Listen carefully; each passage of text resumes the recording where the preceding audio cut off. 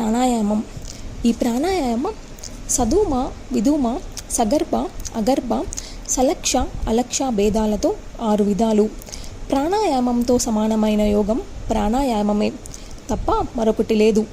రేచక, పూరక, కుంభకాలు కలిపి ఒక ప్రాణాయామం. రేచక, పూరక, కుంభకాలు వర్ణత్రయాత్మకాలు. ఇవి కలిస్తే ప్రణవాక్షరం ఏర్పడుతుంది. కాబట్టి ప్రాణాయామం ప్రణవమయం. ఇడినాడి ద్వారా వాయువును పీల్చాలి. ఇది రేచకం. దాన్ని ఉదరంలో నిలపాలి. ఇది పూరకం. పింగళి నాడి ద్వారా మెల్లగా షోడశమ మంత్రాకాలంలో నిశ్వసించాలి. ఇది కుంభకం. ఇది సధూమ ప్రాణాయామం.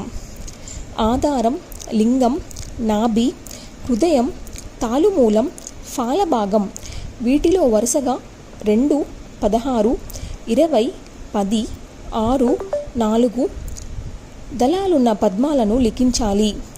నాసాంతంలోనూ ఫాల మధ్యంలోనూ డా, ఫా, కా, టా వర్ణాలను రచించాలి.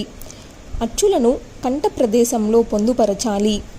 హం, క్షం అనే తత్వార్థయుక్త వర్ణాలను సర్వత్రా ఉంచాలి. ఇలాగా వర్ణమూర్తిని భావించి నమస్కరించాలి. వర్ణస్వరూపిణిని ధ్యానించాలి. ఆ దేవి అరుణ కమలవాసిని, పుప్పొడిలాంటి రంగు, హరుడిచే నియమింపబడిన చిహ్నాలు ధరించి ఉంటుంది. ఆవిడ రూపం బిసతంతు తనీయసి, తామర తూడి లోపల దారంలాగా సన్నగా ఉంటుంది.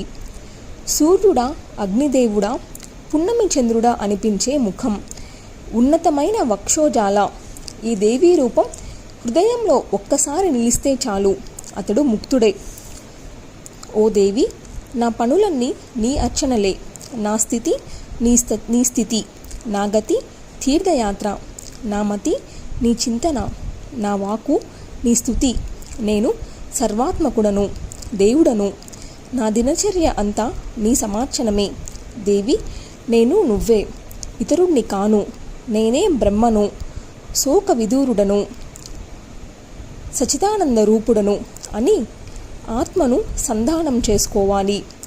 ప్రథమ ప్రయాణంలో ప్రకాశమానమై ప్రతి ప్రయాణంలోనూ అమృతాయామైన అంతః పదవిలో అనుసరించే ఆనందరూపిణి అబలను శరణు వేడుతున్నాను అని ప్రార్థించాలి.